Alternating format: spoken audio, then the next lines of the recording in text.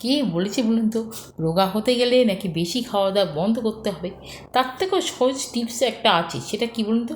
রোগা হতে গেলে না, হ্যাঁ, ভালো ভালো রান্নাবান্নাগুলো বন্ধ করতে হবে। এটাই হচ্ছে সবথেকে বড় টিপস।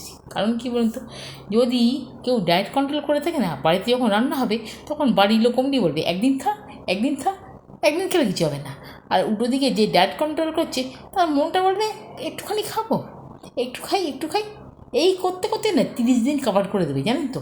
তারপরে যেটা হবে না, ওই প্রথম একবার দুবার না করবি যে ডায়েট কন্ট্রোল করছে, তারপরে না সে টুকুস করে খেয়ে ফেলবে।